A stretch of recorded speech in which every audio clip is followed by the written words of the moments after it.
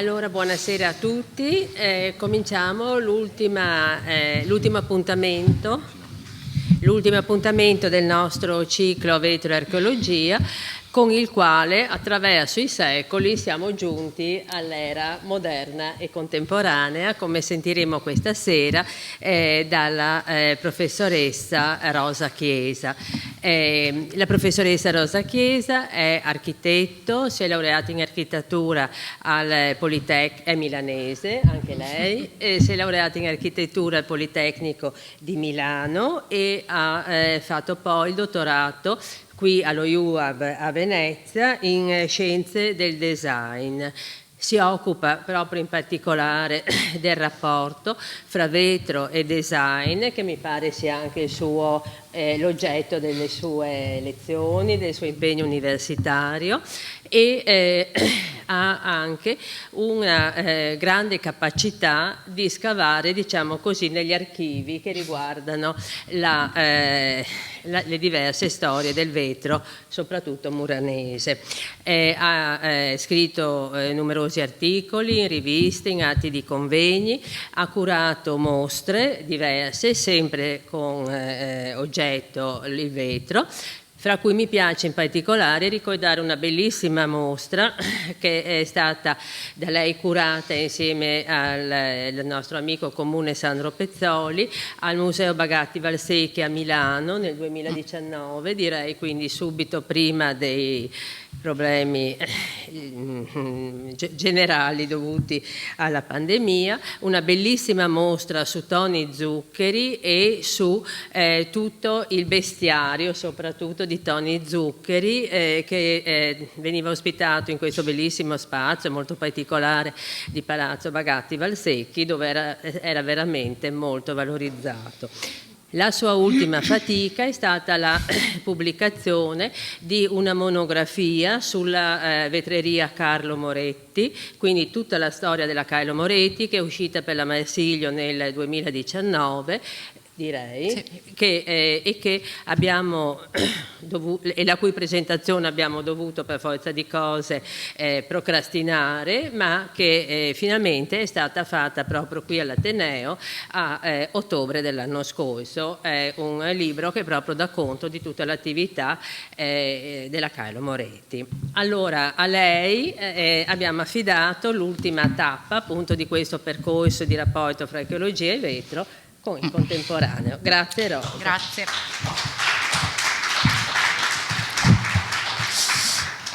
Buonasera a tutti, grazie Margherita. Allora, faccio una premessa rapida. Mi sono allargata un pochino, nel senso che dal titolo vedrete che mi sono un po' spostata ad accogliere anche un po' di spunti contemporanei e internazionali. Questo perché? Perché ci sono degli esiti oggi legati al vetro murrino in particolare, che è stato un po' la chiave che ho voluto tenere per interpretare appunto questo tema delle escursioni archeologiche, e cioè il filo conduttore è la tecnica del vetro murrino, che è stata, come dire, proprio per la sua versatilità interpretata e con delle specificità locali, vorrei dire, internazionali, che vanno veramente oltre quello che è la copia o la riproduzione archeologica o l'ispirazione archeologica, per arrivare a un portato assolutamente astratto. E questo mi sembrava molto interessante. Così vi mostro una rassegna. Non si può non partire dagli anni, diciamo che io ho iniziato pensando agli anni 40 del Novecento, questo è Ulderico Moretti, che negli anni 30, qui siamo nel 32-34, ripropone in qualche modo l'eredità del nonno paterno, che presumo abbiate visto, Vincenzo Moretti, che era questo molto talentuoso tecnico vetrario che lavorava anche per Salviati, che ha lavorato anche per Salviati, e Ulderico Moretti, accanto alla parte industriale, insomma, della sua azienda, prosegue questa parte di eredità proprio diciamo, di sperimentazione vetraria, partecipando con alcune di queste ciotole appunto a varie biennali. Ovviamente con esiti molto interessanti e molto legati, hanno uno strettissimo legame con l'eredità archeologica, sia da un punto di vista formale sia nelle tecniche, che era un po' appunto la ripresa che Vincenzo Moretti aveva, cioè grazie al quale è stata appunto ripresa la tecnica delle murine anche nel 1800, verso la fine dell'800, 1880. Ci saranno altri casi invece, appunto come vi premettevo, dove veramente ci sarà una tecnica che perde ogni rapporto formale con quella che è il portato archeologico per raggiungere livelli totalmente diversi. Questo non è strano perché in questa breve rassegna, diciamo delle parti imperdibili anche muranesi, comunque anche in questo vetro, queste sono le murine romane concepite da Paolo Venini e realizzate con Carlo Scarpa nel 36, dal 36 in avanti, pochi esemplari in realtà perché sono molto complesse, sono una rivisitazione di quelli che sono i primi manufatti di epoca romana e vengono appunto creati fondendo insieme queste piccole tessere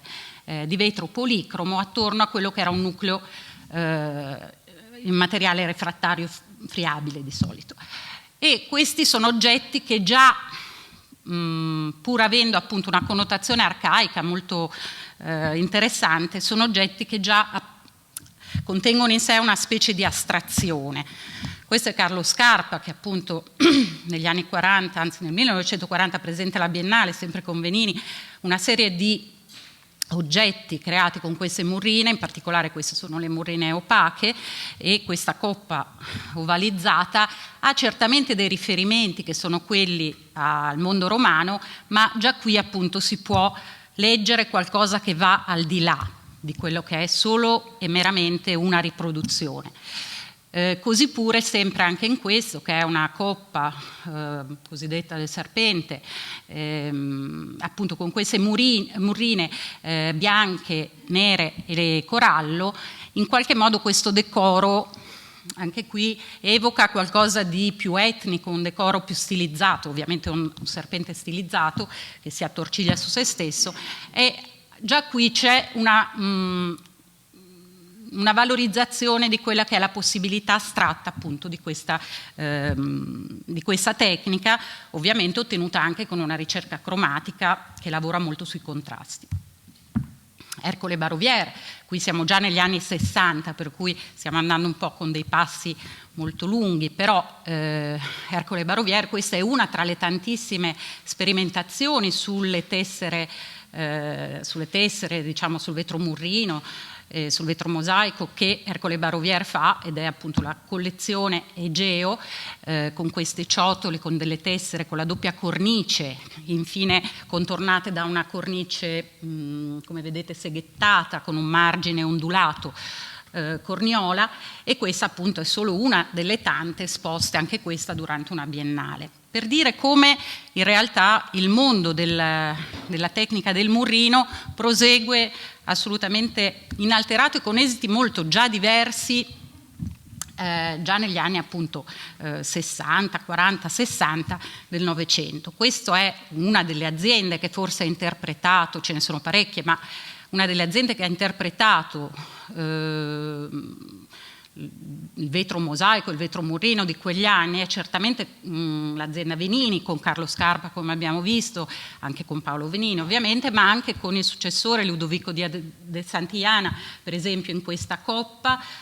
con delle murrine grigio antracite puntinate, e così pure nella collaborazione con Toni Zuccheri, che è stato appena ricordato, che appunto utilizza questa murrina puntinata grigia antracite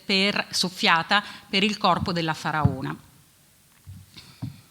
Sempre Venini, e qui un'interpretazione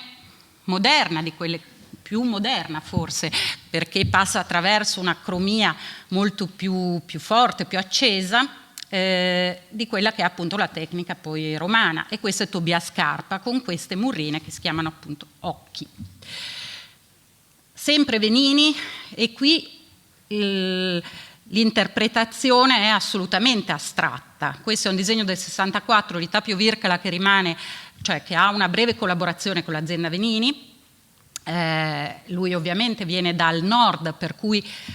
porta con sé uno stile, un registro che è totalmente diverso da quello di Murano, ma l'incontro con Murano per lui è anche l'incontro con il colore. Per cui qui vediamo questo piatto con un doppio incalmo e questa murrina centrale che in qualche modo, pur essendo astratta, ripropone il tema delle murrine. E in un modo simile, potremmo dire, sulla stessa scia, anche questo piatto, che è degli anni 90 in realtà, è di Cleto Munari, ripropone un po' un tema essenziale come quello appunto di questo groviglio di murrine in questa collezione che riprende appunto la primavera, poi c'è una collezione insomma riferita alle varie stagioni. Cleto Munari aveva incontrato negli anni 70 Carlo Scarpa e da lì era nata un po' la passione, l'interesse per tutto quello che era il mondo del design e delle arti decorative, e firmò una serie di collaborazioni con tantissimi architetti e designer, soprattutto in serie limitata, anticipando un po' quella che è forse oggi una tendenza tra le maggioritarie, insomma, che è quella che vede il design in serie limitata, ma questo è un altro discorso. Ci sono poi alcuni, tornando agli anni 80-90, alcuni personaggi molto importanti anche a Murano, un po' meno conosciuti perché se ne parla un po' meno forse nella letteratura, e uno di questi è Renzo Pavanello, che appunto è figlio di Malvino Pavanello, che era uno dei maestri molto conosciuti a Murano, che aveva lavorato con la Cappellin, Venini, e dopo aver frequentato la scuola Abate del Vetro, Abate Zanetti, entra nella vetreria Di Maio e lì appunto inizierà Di Maio e Pavanello, fondata dal padre, e poi nella vetreria familiare. E da lì appunto verranno creati dei soffiati decorativi molto particolari, molto riconoscibili. Questi tessuti murrini con delle murrine o molto grandi o anche molto sottili, molto fini, spesso concentriche e molto, diciamo, caratterizzate, che si distinguono per queste cromie molto accese. C'è un tratto distintivo molto forte. Un altro personaggio molto interessante e che ha una caratteristica forse che è noto per la sua abilità e che si è distinto particolarmente per l'uso delle murrine fu Vittorio Ferro. Vittorio Ferro inizia alla Fratelli Toso, dove fu maestro fino agli anni 80 per la maggior parte della sua vita, ma poi continuerà con un'altra piccola azienda, la Fratelli Pagnin, e in seguito anche con la vetreria De Maio. Scusate. E quello che certamente colpisce di queste opere è l'originalità di questi accostamenti cromatici che di volta in volta cambiano un po' il riferimento estetico. Possono essere appunto dei riferimenti quasi etnici in questo vaso, mentre in altri casi rimangono dei riferimenti molto astratti o addirittura dei riferimenti che a me personalmente fanno pensare per esempio per la raffinatezza di queste piccole murrine a ciliegie per esempio, mi fanno pensare ad alcuni tessuti archeologici rifatti anzi da Vincenzo Moretti proprio nel 1880, proprio per la finezza anche di queste piccole murrine accostate su questi sfondi. Tra i personaggi da non dimenticare certamente a Murano c'è un giapponese che venne affascinato dal vetro a tal punto da trasferirsi in Italia negli anni 70, all'inizio degli anni 70, che si diplomò all'Accademia di Belle Arti di Venezia in scultura e divenne direttore artistico all'azienda, appunto alla vetreria De Maio, proprio quando questa vetreria, che era già in funzione, decise negli anni 80 di aprire, al di là dell'illuminazione, a tutto un settore che era quello degli oggetti decorativi. Qui ci sono alcuni esemplari appunto prodotti da Oira, disegnati da Oira, che in qualche modo rappresentano un po' tutta la sua produzione, una produzione molto leggera, molto basata sulle tecniche certamente veneziane, ma che in qualche modo esprime la ricerca di questa fusione tra la cultura giapponese e quella veneziana, dal punto di vista sia formale sia decorativo, nei pattern, per cui anche qui l'incontro col colore, per esempio, è molto distintivo. Sì, la vetreria De Maio è la vetreria nella quale appunto lavorerà Oira come maestro, come art director. In realtà la vetreria De Maio era già stata fondata già dagli anni 50 più o meno e si occupava appunto di vetro per illuminazione. Addirittura l'imprenditore figlio, cioè Lucio De Maio, realizza questo vaso insieme a Vittorio Ferro, che nel frattempo, già citato, che nel frattempo era passato appunto nella vetreria ed era molto talentuoso, produce questo vaso con murine trasparenti contornate da questo filo nero, per cui in qualche modo un registro totalmente minimalista, proprio nella scelta di negare ogni cromia. Accanto invece due vasi ascianti famosi, una collezione famosa che rappresenta proprio le prime esperienze di vetrofusione di Oira e che poi proseguirà ovviamente negli anni a seguire. Negli anni 2000 non si interrompe questo filo, qui sono dei salti abbastanza rapidi per arrivare alla contemporaneità, ma non si interrompe tanto che ci sono una serie di innovazioni, di sperimentazioni molto innovative che non hanno tutte lo stesso segno. Perché? Perché per esempio la Carlo Moretti, in questo caso, questo è il monolite zanfirico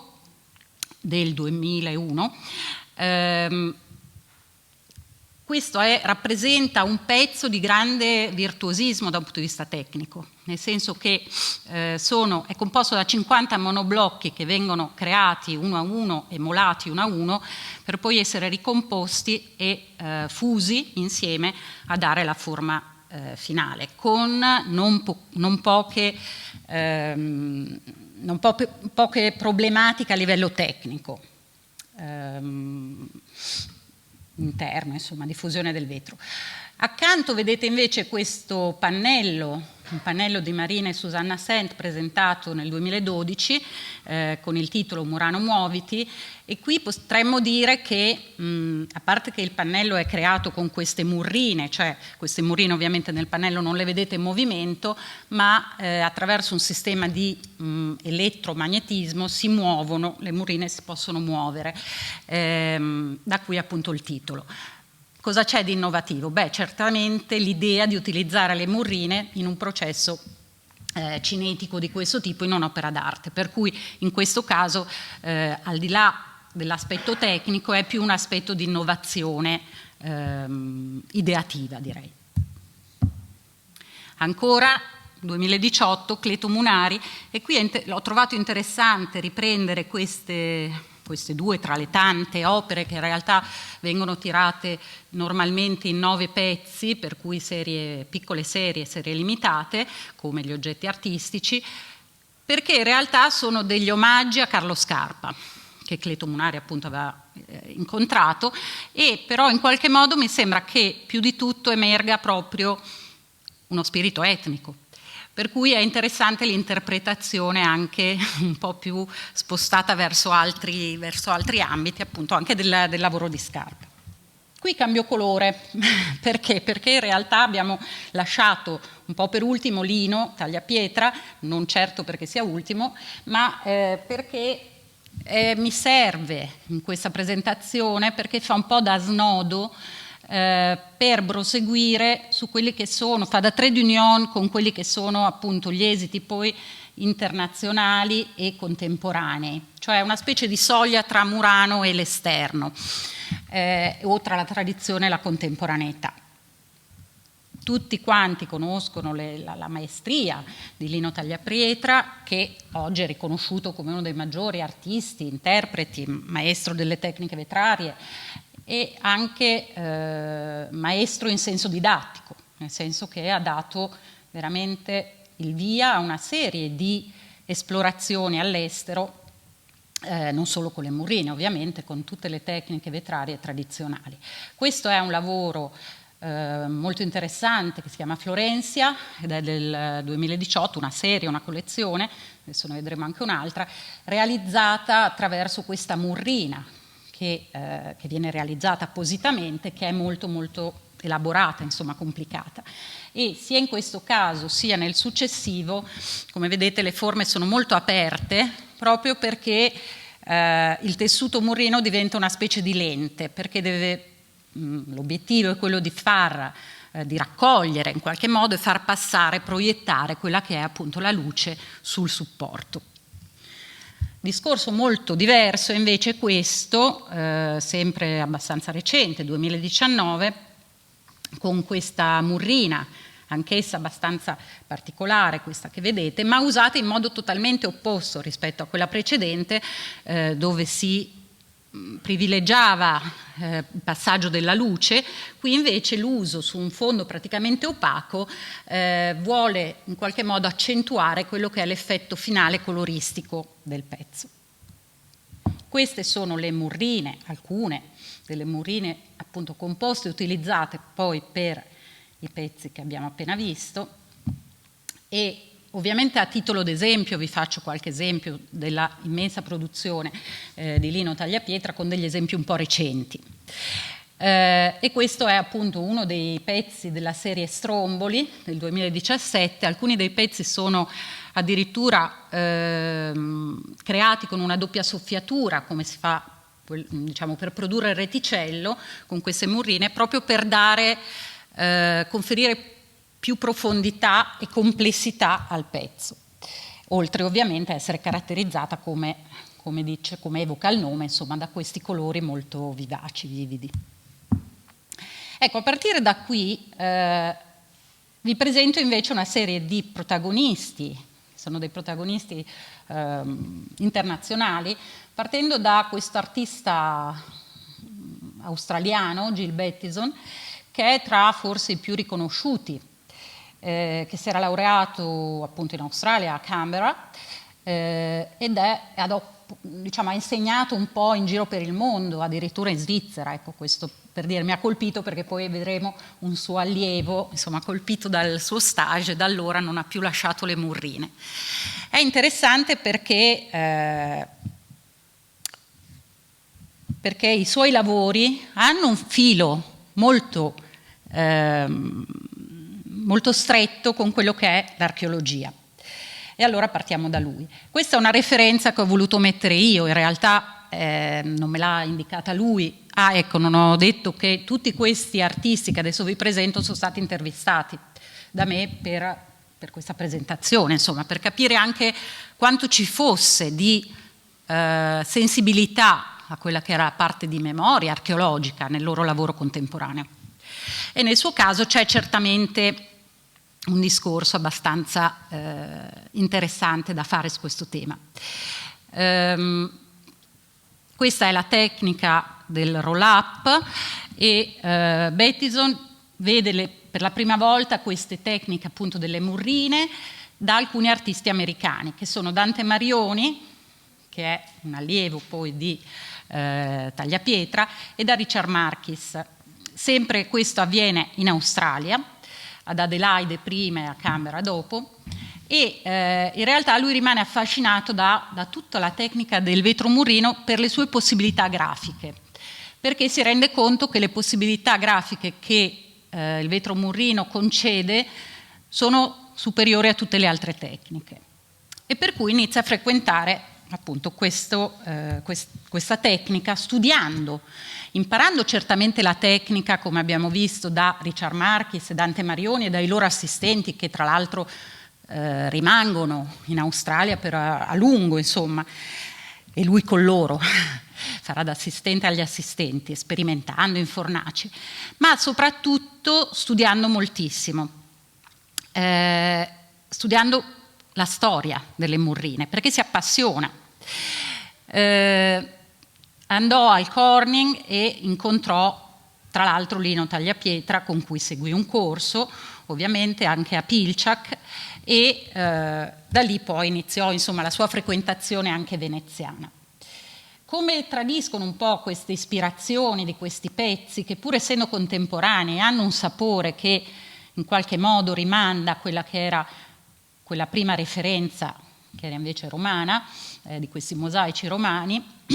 aveva studiato, cioè Bettison ha studiato molto la letteratura sulle murrine, sul vetro romano e di tutto il bacino del Mediterraneo. Proprio sia recandosi in vari musei al mondo tra gli anni 90 e 2000, sia utilizzando la biblioteca in particolare del Corning. E diciamo che ha sempre sottolineato il fatto, per esempio, di avere di essere molto grato a Murano e a tutta la tradizione veneziana del vetro. Quello che a me sembra interessante di questo lavoro è che lui esprime, in quello che dice anche,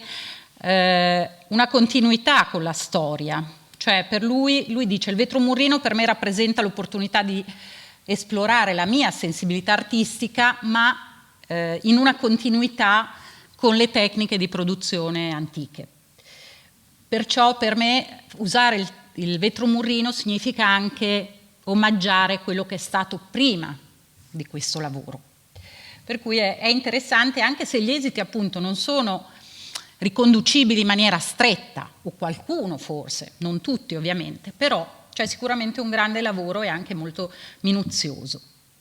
Ha partecipato anche negli anni 90 ad Aperto Vetro, insomma ha partecipato a varie manifestazioni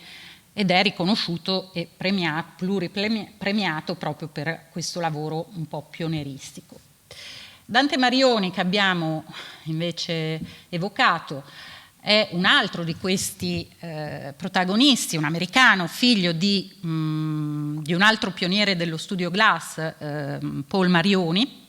e diciamo che ha vissuto in una famiglia di artisti, ha contatto col vetro da quando aveva 9 anni, per cui ha iniziato a soffiare a 15 anni a Seattle. La referenza che ho scelto è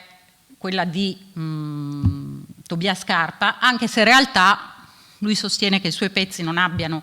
una continuità. Quello che certamente è vero per Dante Marioni è che le sue, non solo questo utilizzo della murrina risulta molto classico, ma in realtà anche le forme che lui sceglie, forse un po' esasperate,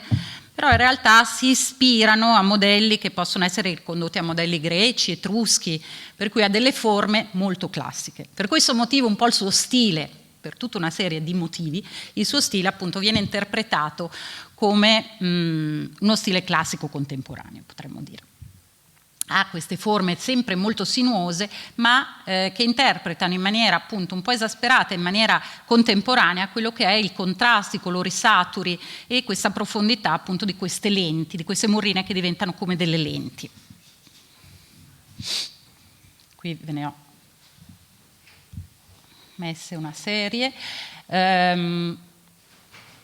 Diciamo quello che gli cambia, anche in questo caso, che dà una svolta alla sua attività, è l'incontro con Lino Tagliapietra, che avviene quando ha l'età di 19 anni, e appunto soprattutto nella scuola di Pilciak, dove inizia a seguire dei corsi. Anche con Richard Marquis lavorerà, ma perché è un contatto, come dire, un amico di famiglia, e ovviamente anche lui è un esperto di questa tecnica murrina. Adesso vediamo qualcosa. Aveva lavorato anche Richard Marquis presso Venini. In realtà Marquis farà tanti elaborati con il vetro murrino, con il vetro mosaico, mentre per quello che riguarda la produzione di Dante Marioni ci sarà solo un esemplare, insomma una serie anzi, che ha esattamente a che fare. Guardate anche questo, ovviamente il riferimento può essere anche alle coppe Geo che abbiamo visto prima, in questa sinuosità del contorno. Ci sono vari riferimenti, tutti riferimenti appunto tradotti però da un repertorio classico. Ecco, prima vi parlavo di uno svizzero. Diego Feurer è un simpatico soffiatore e non solo di vetro, che sta in Svizzera, a Zurigo oggi, e che dal 1980 lascia il suo lavoro nella televisione svizzera perché inizia a dedicarsi, è interessato al vetro, e inizia appunto a prediligere quella che è la tecnica del vetro piano, per cui le vetrate. Poi dal 90 inizia ad avvicinarsi alla soffiatura del vetro e partecipa a degli stage proprio con Jill Bettison e con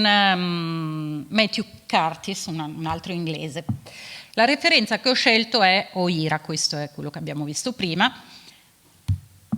e qua lo capite abbastanza velocemente perché, nel senso che c'è in questo, con tutte le differenze del caso, le opere di Feurer si caratterizzano per questo tessuto murrino molto pittorico, direi, che però è sempre associato a delle forme molto semplici che esprimono appunto una ricerca di essenzialità, forse proprio per far apparire quello che è l'essenza della materia, la matericità. Da quando mi ha raccontato anche telefonicamente che da quando ha incontrato il vetro murrino, cioè da 22 anni, non ha più smesso di farlo. Cioè ha fatto solo questo, prima invece appunto si dedicava anche a vetro mosaico, a vetrate, eccetera. E cosa fa? Da un punto di vista di quella che è la composizione, la sua particolarità è proprio quella di aver di creare queste murrine, sovrapponendo e poi fondendo degli strati per ottenere proprio queste striature di colori differenti, eccetera, che conferiscono poi pittoricità all'elemento e al manufatto finale. Qui lo vedete utilizzato, in questo caso in una modalità che si chiama terra d'inverno per evocare quello che è un paesaggio invernale, ma anche la matericità di quello che può essere un paesaggio invernale. E questi invece sono alcuni pezzi di questa tecnica che tra l'altro viene spesso utilizzata anche per il fatto di essere una tecnica di poter essere fatta in autonomia, a casa propria, nel proprio laboratorio, cioè di non dover dipendere da delle grandi strutture industriali o strutture, insomma. E questi sono alcuni altri interessanti pezzi, campo di fiori, che vengono appunto creati grazie, diciamo, partendo da quel tessuto murrino ottenuto dalla produzione della murrina stessa.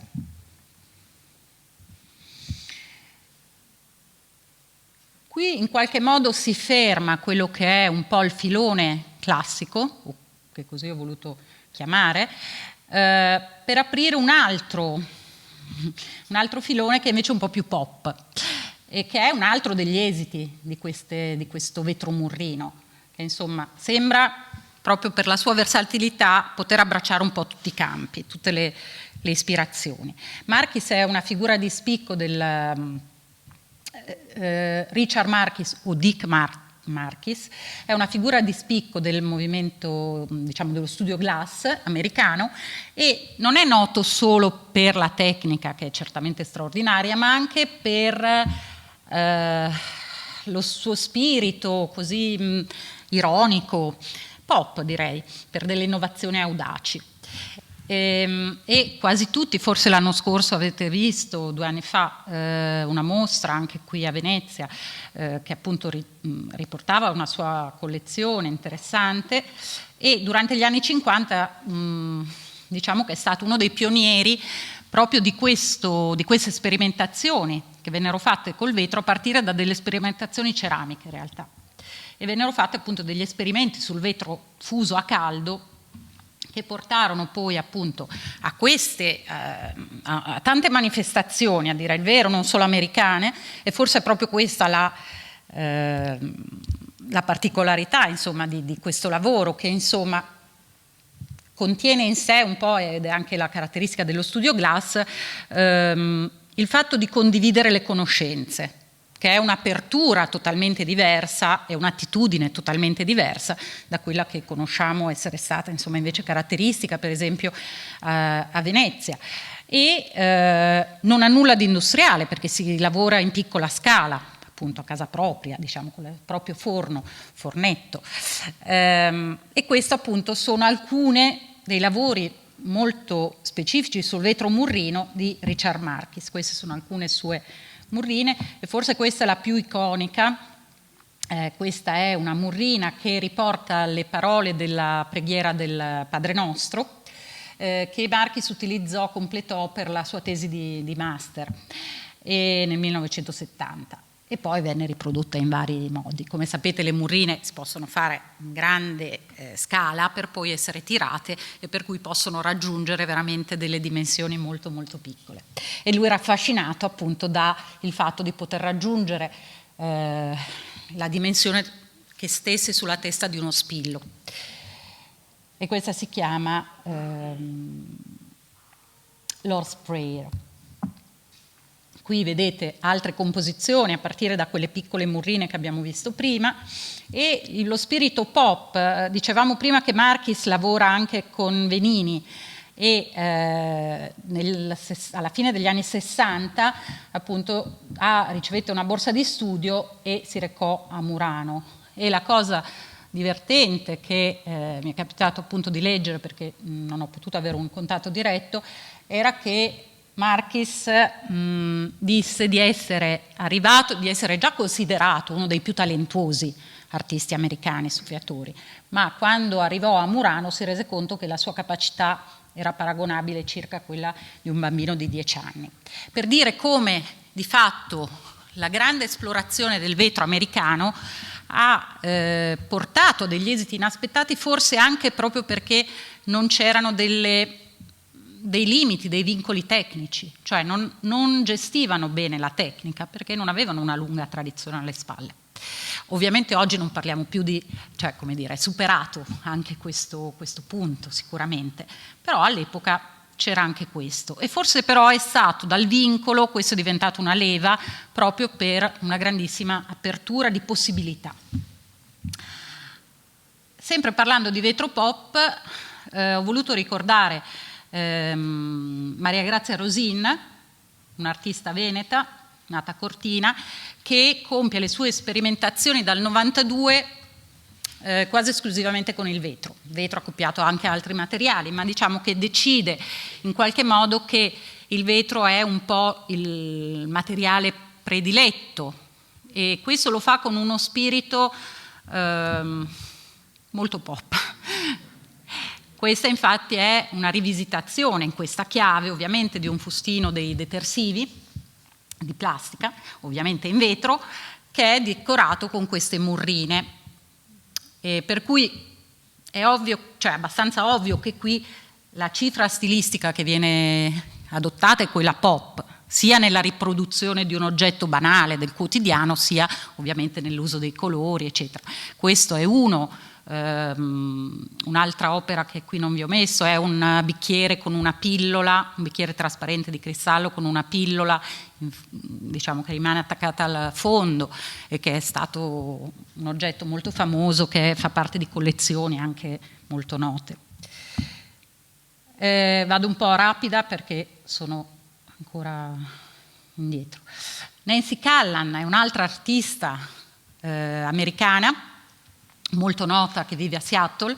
e che è stata appunto ha partecipato al team e viene, diciamo, dal team di Tagliapietra, ha imparato un po' da lì. Questa è la referenza che ho scelto perché in particolar modo il suo lavoro è pop nella scelta dei colori soprattutto, che forse per Murano non stupisce, ma invece per il vetro non muranese sì. Lei ha imparato a scuola, appunto nel collegio, cioè nel liceo di arti, ha imparato la tecnica del murrino, e già però amava il lavoro di Marquis, che è un po' una referenza lo è stato per tantissimi, soprattutto quel famoso pezzo che vi ho mostrato, Lord's Prayer, era stato un po' la sua grande ispirazione. Lei conosce Dante Marioni, e per cui vedete che c'è tutto un legame molto stretto poi alla fine tra questi designer e artisti del vetro, e viene incuriosita proprio da questa modalità del roll-up, di riuscire a chiudere questi tessuti in maniera proprio perfetta per essere sigillati e poi soffiati. E poi ovviamente anche dalla possibilità dei motivi grafici che il tessuto murrino permette. L'altro riferimento estetico, che ha un altro segno totalmente diverso, più organico, è quello a Keats Road, che dopo vediamo, e che è un'altra modalità, sempre di utilizzare il vetro murrino. Nel 96 si unisce al team di Tagliapietra, dove in realtà lei dice: ho imparato veramente quella che era la tecnica del murrino, perché prima l'avevo studiata. In realtà da lì in avanti ho iniziato, e come si vede un po' dalle sue espressioni, c'è certamente una fascinazione per il colore che è assolutamente inedita. Guardate, in queste opere c'è proprio questo, ho voluto metterne 3 simili, proprio per mostrare la tecnica e l'uso del colore.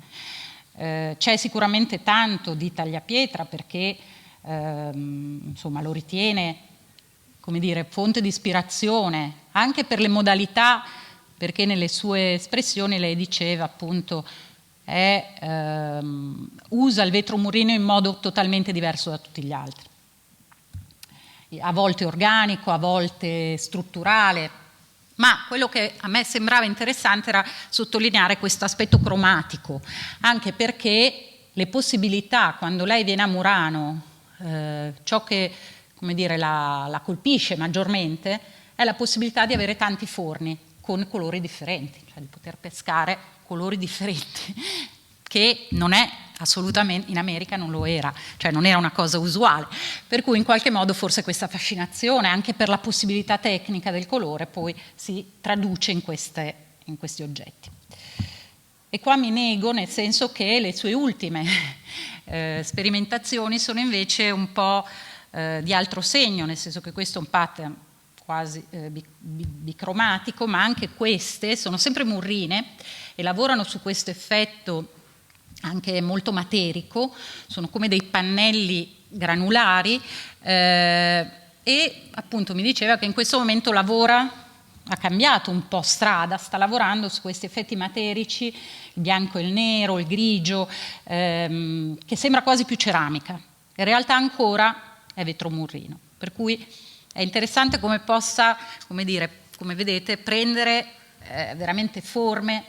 completamente differenti. Sempre rimanendo nell'ambito pop, Scott Chesling è un altro australiano che insieme a Klaus Moye ha sviluppato maggiormente il roll-up australiano, cioè quella tecnica di arrotolamento del vetro fuso, ma con le immagini. La sua particolarità è che usa le immagini. La referenza che ho scelto è questa, ma perché lui me l'ha suggerita. Perché lui stesso dice che queste murrine che lui aveva visto, romane, ebbero un'enorme influenza sul suo lavoro, che appunto è tutto incentrato sulla riproduzione di vari volti, e soprattutto quello che a lui interessava e che gli sembrava così affascinante era il fatto di riuscire a comporre una serie di murrine differenti in un unico, cioè di farle diventare un unico manufatto, insomma, attraverso la fusione, ma di comporlo come se fosse un puzzle, come se fosse un mosaico. E lui stesso ha iniziato a creare questi roll-up con una serie di visi, utilizzando appunto riferimento a queste prime murrine romane come referenza per il suo lavoro, che ovviamente è andata molto oltre. Però possiamo dire che l'ispirazione anche qui archeologica è molto forte, ovviamente con esiti diversi. E qui vediamo come certamente il registro pop prevale su quello che è ovviamente l'ispirazione archeologica. Quello che è interessante è che comunque ci sia tutta quella conoscenza, cioè per arrivare a questo tipo di esito, che può sembrare banale, può sembrare appunto un giochino semplice, un po' elementare, di fatto l'ispirazione viene da un'altra parte e si basa su conoscenze molto precise. E infatti quello che lui dice è che, tra l'altro,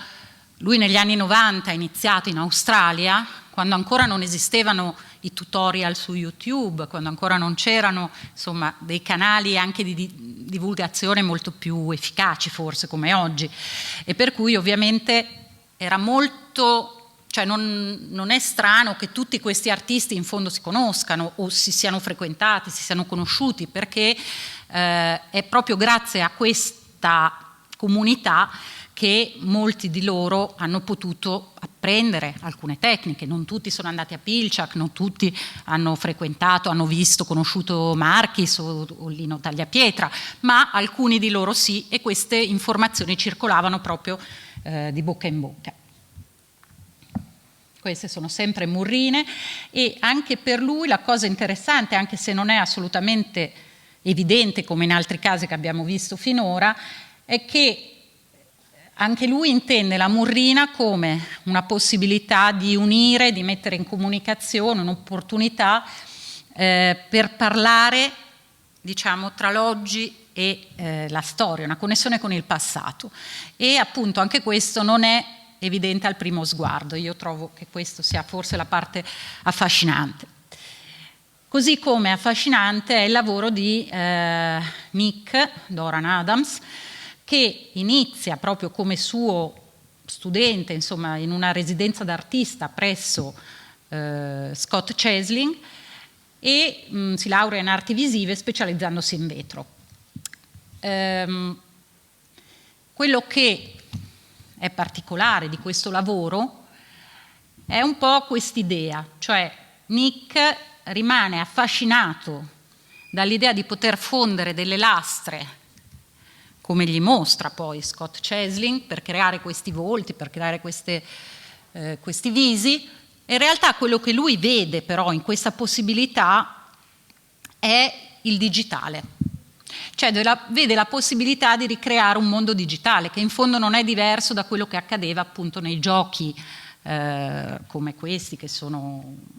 evocati in queste immagini, cioè il Pokémon, gli Space Invaders, eccetera, che erano quei giochi legati a dei computer a 8 bit, per cui diciamo che siamo sugli anni 80-90.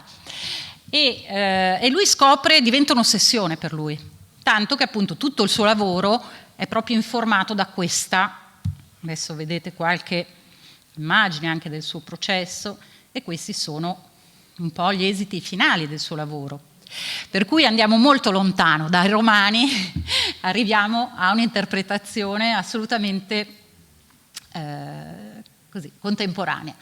E quello che però mi ha colpito è che anche lui, appunto rispondendo ad alcune domande, mi disse che queste murrine in realtà nascono da una sua conoscenza anche delle murrine romane e egiziane, per cui lui insomma non è solo affascinato dall'aspetto contemporaneo. Anche qui c'è stato un percorso per cui questa esplorazione archeologica in fondo anche in una cultura pop c'è, magari non è così evidente, magari bisogna un po' spiegarla, però di fatto esiste. E questi sono sempre pezzi un po'. L'altra cosa interessante è che per lui la murrina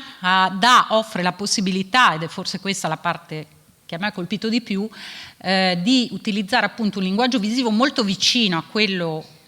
all'elementarietà del linguaggio digitale, ma soprattutto per lui è quasi un modo per trasmettere la nozione di nostalgia. E questo credo che sia molto contemporaneo, nel senso che se pensate a tutto questo trend, questo movimento lo-fi, sci-fi, che come dire sta portando verso un ritorno dell'analogico, verso un ritorno, non lo so, del vinile, verso un ritorno della moda che guarda a dei modi molto retro, vintage. Ecco, mi sembra che anche questo sia da contestualizzare, e non apro, scusate la parentesi, però sia da contestualizzare un po' in questa quasi creazione di un oggetto nostalgico nel senso che guarda ad altro. Probabilmente Nick Doran non era neanche nato negli anni 70, però diciamo che comunque è una falsa nostalgia, quella che si dice l'archeologia della nostalgia. Kate Rhodes, invece americana, l'abbiamo citata prima, e anche lei nasce come pittrice, e forse questo si vede proprio per la scelta anche cromatica, ma dal 1990 inizia a lavorare il vetro, diventa assistente nel team sempre a Seattle di Tagliapietra. Poi però lavora anche con del Ciuli, a Ikebana, una serie famosa di Ciuli, conosce Marchis, che appunto faceva le dimostrazioni a Pilczak proprio di come si potevano realizzare le ciotole romane di Murrine. Per cui insomma c'è un po' tutto questo percorso, anche se forse lei ovviamente si reca a Venezia con una borsa di studio, per cui frequenta anche l'ambito veneziano e si appassiona della vetraria tradizionale muranese, delle tecniche anche le apprende, ma forse lei è quella che esplora in maniera più personale, mi sembra, questo mondo e le possibilità del vetro murrino. Questo perché vive nei Caraibi la sua infanzia e in qualche modo mi sembra che tutto il suo lavoro trasmetta questo vetro soffiato, sembrano dei fiori di ciliegio con questi rami molto esili, ma in realtà quello che è interessante del suo lavoro sono proprio le murrine, che sono delle murrine cave esagonali normalmente, che vengono montate, cioè che vengono soffiate all'interno di degli stampi esagonali che fa lei stessa, proprio perché insoddisfatta di questo è un dettaglio dei precedenti pannelli, insoddisfatta insomma, di quello che erano le murrine già fatte, delle canne già fatte, inizia a crearsele. E quello che un po' è la cifra distintiva del suo lavoro è quella di trarre ispirazione da tutto un mondo che è un mondo naturale, un mondo marino, però un mondo affettivo, un mondo di cose, un mondo di affetti, di infanzia. E in questo c'è, diciamo che il lavoro è ispirato sia alla natura, ma anche informato molto dalla memoria, e questi sono i due aspetti. E, malgrado appunto avesse sì certamente conosciuto il vetro archeologico, non ha mai avuto nessun interesse nella riproduzione di questo vetro. Forse quello che emerge anche guardando alcuni suoi lavori, non tutti ovviamente, non ve li ho messi tutti, è un po' invece la conoscenza di tutto quello che è il design del vetro anche degli anni 50, insomma ha conosciuto molto bene tutta la tradizione vetraria, per cui Carlo Scarpa, Baroviera, Archimede Seguso, e forse questo in qualche modo anche in questa cifra molto personale alla fine emerge. Quello che lei racconta di queste murrine, che sono veramente molto particolari, è che per lei la murrina è un elemento di design, è veramente un elemento di progetto, perché attraverso una murrina può creare qualsiasi cosa ed evocare qualsiasi mondo. Ancora più lontano, sempre in Australia, Kobe Coburn usa la tecnica delle murrine in un modo assolutamente non tradizionale. Per cui, malgrado sia veramente lontano, mi piace mostrarvelo perché in realtà è una forma di fusione con cui lei fa dei grandi pannelli murali che sicuramente nasce dalla sua frequenza del corso di laurea in Australia, a Canberra, di tecniche assolutamente tradizionali, ma che non era interessata a replicare, e per cui per lei alla fine la murrina diventa un filo, è un filo molto esile che viene sovrapposto e soprattutto grazie a tantissime sperimentazioni diventa, questo vedete un po' più nel dettaglio, un effetto veramente molto complesso, una trama quasi di un tessuto minimal, ma che in fondo ha a che fare appunto con la tecnica del vetro, insomma, che va oltre, non è più neanche vetro pop, è oltre il pop, potremmo parlare di minimalismo, insomma, si potrebbero dare tante altre targhette a questo lavoro, ma forse non serve. Ultimo, ho voluto inserire anche un veneziano, in realtà non è veneziano come tradisce il nome, di origine, ma vive a Venezia, è un designer che ha lavorato con Ercole Moretti recentemente e ha impostato un lavoro sull'uso del vetro murrino, ma un po' differente da quelli che abbiamo visto finora, cioè non utilizzando le murrine a sezione trasversale, cioè tagliando la murrina come se fossero tanti circoletti, come vedete qui, ma fondendo, forse come si intuisce là sopra, fondendo queste bacchette create appositamente per creare appunto dei piani di tavoli che morfologicamente si ispirano diciamo, allo sviluppo appunto delle isole della laguna, ma che da un punto di vista invece poi estetico danno come risultato questo risultato, che è assolutamente un altro esito originale. Ovviamente queste sono le bacchette che poi vengono molate e a seconda del livello di molatura emerge uno strato di colore, poi viene rifuso per parificare insomma il piano, livellare il piano, e possono dare esiti diversi. In questo caso sono progettati, cioè l'esito finale è progettato, l'esito grafico, però esistono anche, insomma, questa tecnica è stata usata anche in modo abbastanza simile da Tony Zuccheri con delle cannette per fare i corpi delle anatre, per fare il piumaggio di alcuni animali, per esempio. Per cui, insomma, questo per dire, mi piaceva concludere con questo designer appunto molto giovane, perché mi sembra che in realtà la sperimentazione sul vetro murrino sia veramente ancora tutta da fare. Tutta magari no, però come dire, veramente proponga degli stimoli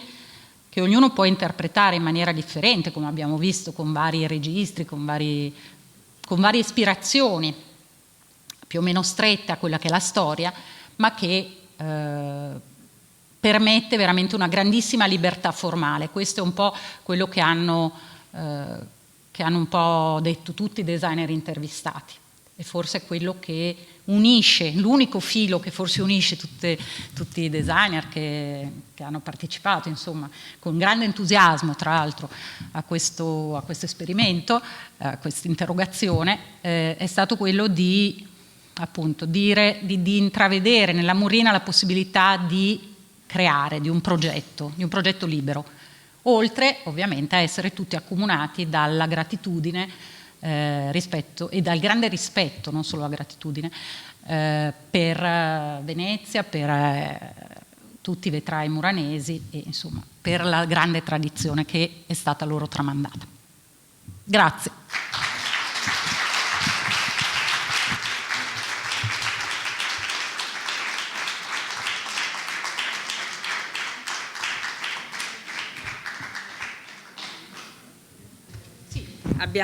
Forse abbiamo ancora 10 minuti di poterci fermare. Allora, intanto io volevo ringraziare veramente Rosa Chiesa per questa interessantissima carrellata che ci ha offerto questa sera.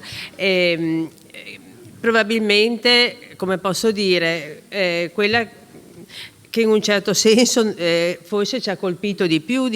nell'ambito di questa serie di conferenze, proprio perché in un qualche modo resta attaccata a Murano ma si allontana contemporaneamente da Murano. Allora io volevo fare un'osservazione e una domanda. Allora, la prima osservazione era questa: se non ci fossero stati i romani cosa avrebbero fatto? sti vetrai, perché effettivamente mi pare insomma, io parlo dall'altro punto di vista, cioè da quella dell'archeologia, ma io voglio dire, se non ci fossero stati alla base questi motivi decorativi e soprattutto queste invenzioni tecniche della vetreria romana, io mi chiedo cosa avrebbero fatto, ma non solo gli artisti contemporanei, ma dal Rinascimento in giù, come abbiamo visto. E questa era la prima osservazione, che naturalmente non fa che farmi piacere come archeologa. Invece la mia domanda era questa, cioè nell'ambito di queste esposizioni a cui abbiamo assistito, questa è la prima volta in cui noi vediamo un veramente massiccio apporto di artisti non più muranesi, perché finora, sia nel Rinascimento, partendo dal Rinascimento fino all'inizio Novecento, come avevamo visto la volta scorsa, praticamente gli attori su questo teatro del vetro sono solo muranesi. Allora noi invece abbiamo visto intanto un apporto a Murano degli stranieri, dico uno per tutti, Ioici Oira, che credo molti di noi, i cui prodotti molti di noi riconoscono, e che è veramente di un'eleganza straordinaria, ed è uno dei primi, che sappia io, apporti esterni a Murano. Però io mi chiedevo, mentre la Rosa Chiesa parlava, come posso dire, tutta questa esportazione in un certo senso del vetro nasce e comunque gravita sempre ancora su Murano, oppure, perché abbiamo sentito parlare di artisti svizzeri, americani, australiani, quindi tutto l'orbe terracqueo più o meno. Allora io mi chiedevo, gravitano sempre su Murano? Murano è sempre un po' il cuore di tutta questa produzione, oppure via via si creano in giro per il mondo altri poli che come posso dire, che riproducono in qualche modo la tecnica, la sapienza e la vetreria muranese? Punto di domanda. Allora ti rispondo per quanto ho potuto anche vincere da tutte le domande che ho fatto e dalle risposte che mi hanno dato.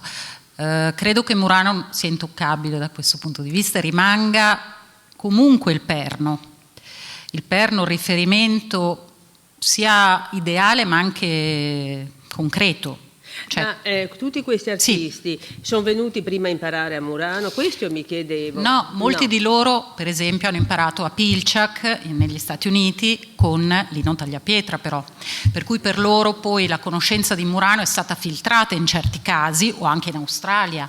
è stata un po' filtrata, ma alcuni poi si sono recati, Bettison per dire, è stato per molto tempo anche a Murano, sì. O altrimenti attraverso Lino Tagliapietra, sì. Lino è stato questo passaggio di testimone, sì, diciamo. Sì. Però da lì a dire che poi si sono creati altri, certamente in America oggi c'è, così come in Australia ci sono delle comunità interessanti, ma tutti hanno espresso comunque questa